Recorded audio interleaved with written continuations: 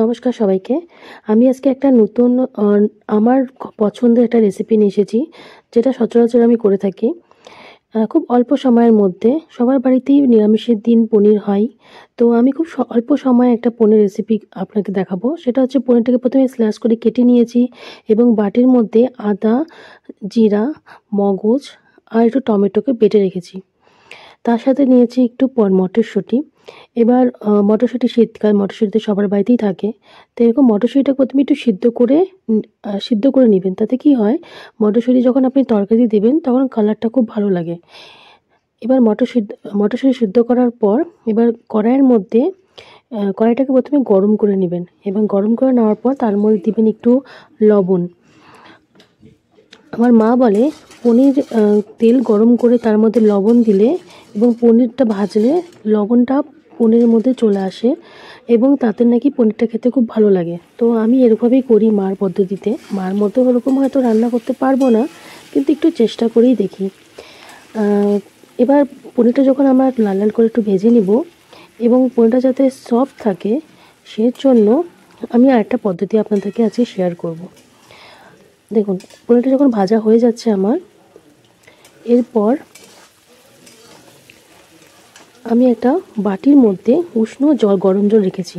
দেখবেন ওই গরম জলের মধ্যে, এই উষ্ণ গরম জল, এই গরম জলের মধ্যে আমি এই পনিরের যে রেখেছি ভেজেছি, সেই পনিরটা এই গরম জলে বাটিতে রেখে দিব। তাতে কি হবে, আমার পনিরটা অনেকটা সফট থাকবে এবং কি শক্ত হবে না। আমি আমার মতো করে করেছি রেসিপিটা। আমি অনেক সময় টক দই, কাজু বাদাম মিক্স করে থাকি, কিন্তু টক দই, কাজু বাদাম সবসময় তো সবার ঘরে থাকে না। তো নিরামিষভাবে অল্প সময়ের মধ্যে অল্প জিনিসপত্র দিয়ে কীভাবে রান্নাটা সুস্বাদু করা যায়, সেটা আমি এটা চেষ্টা করেছি। তো তোমরা একবার আমার এরকম করে রান্না করে দেখো, অবশ্যই ভালো লাগবে।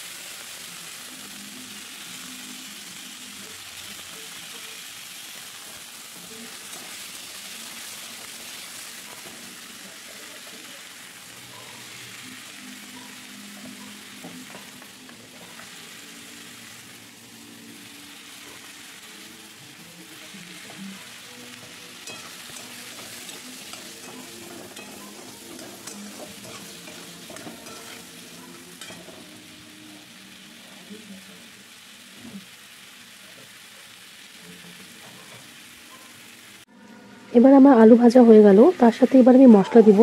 যে আমি মশলাটা পেস্ট করে রেখেছিলাম, আদা, জিরে, মগজ, সেটা আমি দিয়ে দিলাম তেলের মধ্যে।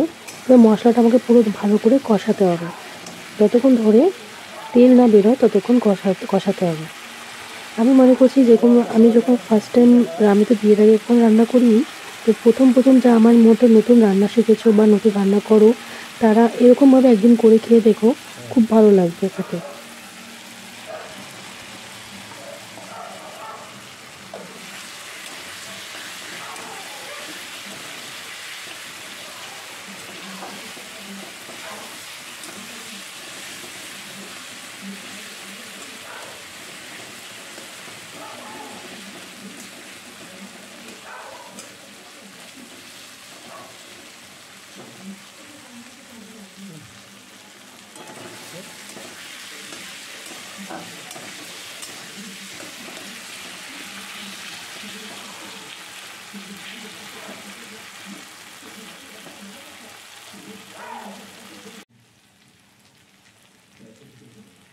আমার কষাটা মোটামুটি হয়ে গেছে ভালো করে। এবার আমার যে আমি সিদ্ধ করে রেখেছিলাম মটরশুঁটিগুলো, সেগুলো এটার মধ্যে আমি দিয়ে দিব। দিলে কি হবে, এবার আমার আলুর সাথে মটরশুঁটিটাও কষানোর মধ্যে হয়ে যাবে, মিক্সড হয়ে যাবে।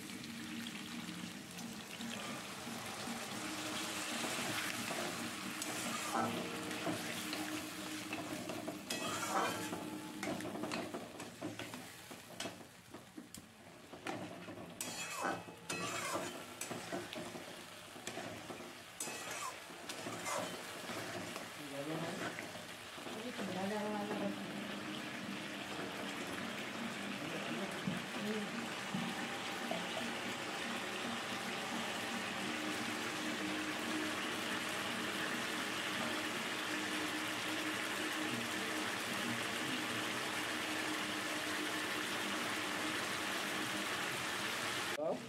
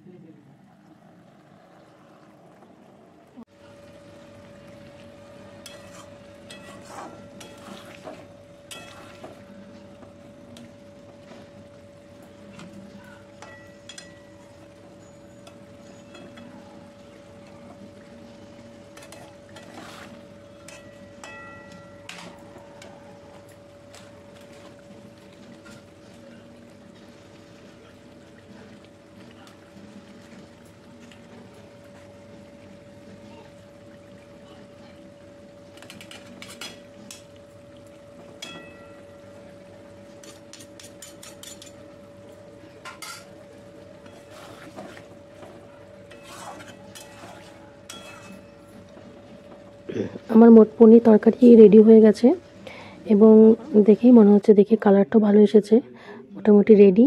তো আমার মতো এভাবেই যারা নতুন নতুন রান্না শিখেছো, এভাবে এটা এরকম পদ্ধতি রান্না করে দেখো, দারুণ লাগবে খেতে। আর ভালো লাগলে লাইক শেয়ার অবশ্যই করো। Thank you.